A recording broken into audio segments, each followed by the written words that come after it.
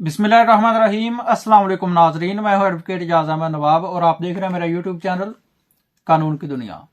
मज़ाकरात मज़ाकरात मज़ाकरात मज़ाकरात जो इस्लामाबाद में चल रहे हैं पाकिस्तान तहरीक इंसाफ और नून लीग के, मतलब कि गवर्नमेंट के और अपोजिशन के, उसके पहले दो नताइज बरामद हो चुके हैं इस वक्त तक जबकि मैं ये वीडियो रिकॉर्ड कर रहा हूं।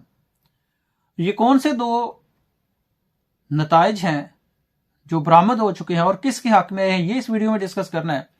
और उसके साथ ही 190 मिलियन पाउंड केस का फैसला क्यों ना सुनाया, जज साहब ने बता दिया है। और 190 मिलियन पाउंड केस का इस मज़ाकरात के साथ क्या ताल्लुक है, अनफॉर्चुनेटली वो भी इस वीडियो में डिस्कस करते हैं। तो पहले मैं आपको बताता चलूं कि मज़ाकरात स्टार्ट किस तरह से हुए। पाकिस्तान तहरीक इंसाफ के चेयरमैन, बानी चेयरमैन इमरान खान साहब ने जेल से सिविल नाफरमानी की तहरीक चलाने का ऐलान किया था। सिविल नाफरमानी की तहरीक चलाने का मतलब था कि जो मेन पॉइंट था कि ओवरसीज पाकिस्तानी रिमिटेंसेस पाकिस्तान में ना भेजेंगे और ये पाकिस्तान की कमजोर मईशत के लिए कमर तोड़ साबित होना था। तो गवर्नमेंट ने इस सिविल नाफरमानी की तहरीक से बचने के लिए मज़ाकरात की हामी भरी। और वो मज़ाकरात क्या थे? इमरान खान ने दो पॉइंट्स दिए थे। पहला पॉइंट ये था कि जो अंडर ट्रायल प्रिजनर्स हैं, सियासी कैदी हैं, उनकी रिहाई। और दूसरा 9 मई और 26 नवंबर पर गैर जानबदार जुडिशल कमीशन बनाना और उनकी तहकीकात करवाना। ये दो मुतालबात थे इमरान खान के।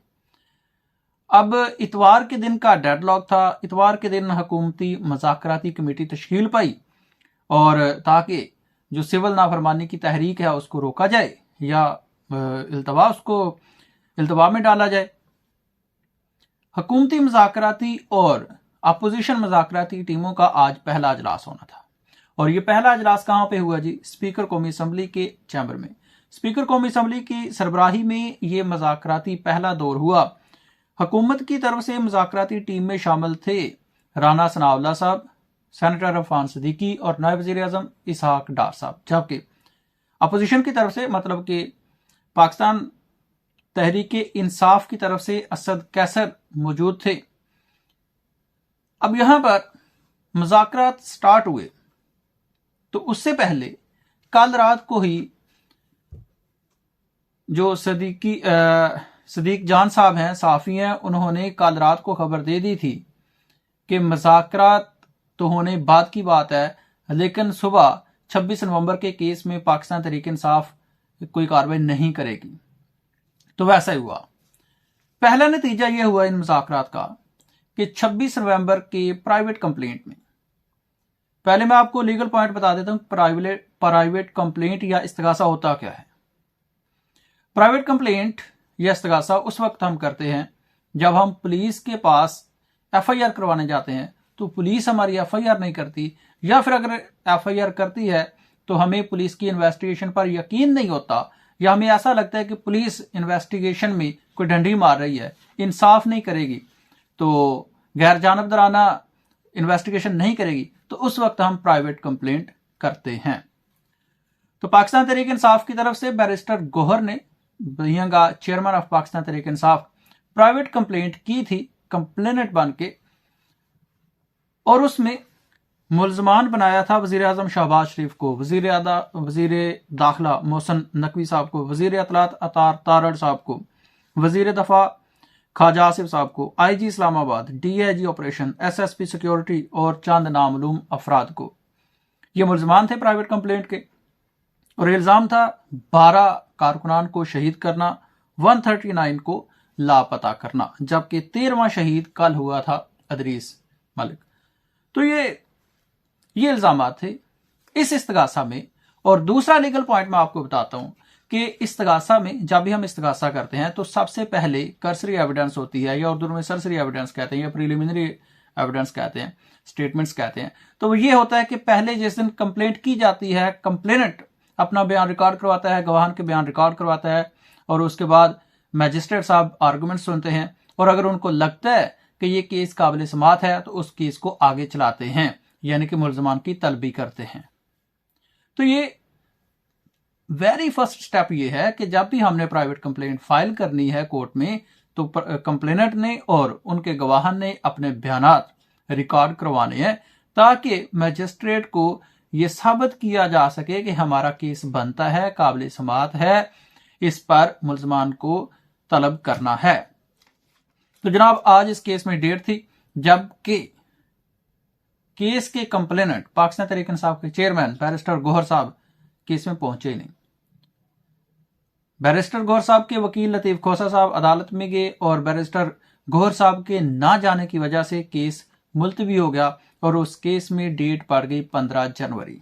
एक तो नतीजा ये हुआ कि गवर्नमेंट के खिलाफ जो बहुत बड़ा केस है, जो गोली क्यों चलाई वाला सवाल, और ये जो शहादतें डी चौक में हुई, ये जो गवर्नमेंट के पल्ले पड़ने वाली हैं, गले में पड़ने वाली हैं, उनका केस आगे नहीं चला, सिर्फ बैरिस्टर गौहर साहब के ना आने की वजह से और अपनी स्टेटमेंट कार्ड ना करवाने की वजह से। अब पहला नतीजा ये था। दूसरा नतीजा क्या बरामद हुआ? दूसरा नतीजा यह बरामद हुआ कि अल्तवा हो गया सिविल नाफरमानी की तहरीक में। अल्तवा हो गया सिविल नाफरमानी की तहरीक में। सिविल नाफरमानी की तहरीक का ऐलान नहीं हुआ, क्योंकि ये वादा था कि अगर मुज़ाकरात कोई संजीदगी दिखाई देती है गवर्नमेंट, तो हम सिविल नाफरमानी की तहरीक का ऐलान नहीं करेंगे।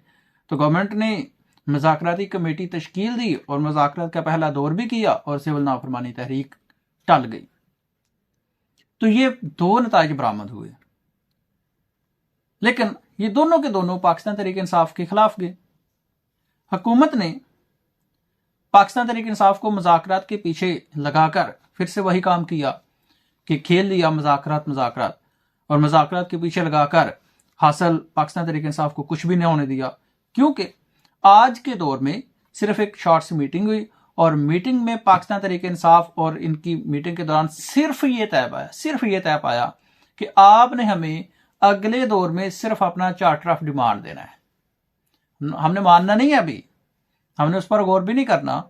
अगली डेट पे सिर्फ आपने हमें चार्टर ऑफ डिमांड देना है। और वो चार्टर ऑफ डिमांड कब देना है? कल नहीं, परसों नहीं, बल्कि 2 जनवरी को। कब जी? 2 जनवरी को। एक हफ्ते से भी ज्यादा का वक्त। 2 जनवरी को आपने हमें चार्टर ऑफ डिमांड देना है, तो फिर हम देखेंगे। तो यहां पर हो गए मुलतवी मुज़ाकरात। 26 नवंबर का केस प्राइवेट कंप्लेंट भी मुलतवी 15 जनवरी तक हो गया। मुज़ाकरात मुलतवी हो गए 2 जनवरी तक, जबकि वो केस जिसको जज साहब ने 2 दिनों में कंप्लीट करवाया, मतलब कि आर्गुमेंट्स 1 दिन में कंप्लीट करवाए बजिद होकर बकौल फैसल चौधरी कि हम कह रहे हैं कि जज साहब 190 मिलियन पाउंड केस में आज हमारे दलाइल मुकम्मल नहीं हो सकते, तो इस केस को कल तक अर्जेंट किया जाए। तो जज साहब ने कहा कि नहीं, आज ही इसको कंप्लीट करना है। और रात गए तक आर्गुमेंट्स होते रहे। दोपहर 2 बजे से आर्गुमेंट स्टार्ट हुए, रात 8 बजे तक आर्गुमेंट्स होते रहे, 8:30 बजे तक तकरीबन, और दलाइल मुकम्मल हुए। और पीर वाले दिन की, मतलब के 23 की जो तारीख दी गई फैसला सुनाने की, उस तारीख को फैसला नहीं हुआ और फैसले की तारीख दे दी गई 6 जनवरी। मुज़ाकरात की तारीख 2 जनवरी और फैसले की तारीख 6 जनवरी।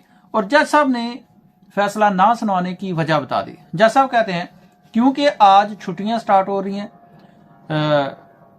24 दिसंबर को छुट्टियां स्टार्ट हो जानी हैं, और उसके बाद हाई कोर्ट में ट्रेनिंग है और ट्रेनिंग से वापस आकर हम फैसला सुनाएंगे। तो ये जज साहब ने बहाना बताया कि मैं क्यों फैसला नहीं सुना रहा। इस वीडियो में हमने ये 3 बातें करनी थी, लेकिन इस केस के साथ इन मुज़ाकरात का 190 मिलियन पाउंड केस का जो बादियों नजर में तल्लक जुड़ता आम आवाम की नजर में आ रहा है, वो कैसे है? वो इस तरह से है कि कल संडे वाले दिन जर्नलिस्ट ने अदालत के अमला से पहले बता दिया था कि कल फैसला नहीं होने वाला। तो इसका मतलब दाल में कुछ काला है। इसका मतलब है कि अवाम को पहले पता है, और ये कौन है जो कह रहा है कि फैसला नहीं होना और वो फैसला नहीं होता। ये क्वेश्चंस हैं, और मैं फिर से कहूंगा कि इस्लामाबाद हाई कोर्ट के 6 जजेस ने खत लिखा था सुप्रीम कोर्ट ऑफ पाकिस्तान के चीफ जस्टिस को कि अदलिया में मुदाखलत हो रही है, लेकिन उस पर कोई एक्शन नहीं हुआ था, और कल ये जो वाकया हुआ कि जर्नलिस्ट ने बताया कि कल फैसला नहीं सुनाया जाएगा, तो ये एक बहुत बढ़िया सवालिया निशान है। अब तक के लिए इतना ही। कमेंट्स में अपनी राय का इजहार जरूर कीजिएगा। अब तक के लिए वक्त देने का शुक्रिया, वीडियो देखने का शुक्रिया। अल्लाह हाफिज़।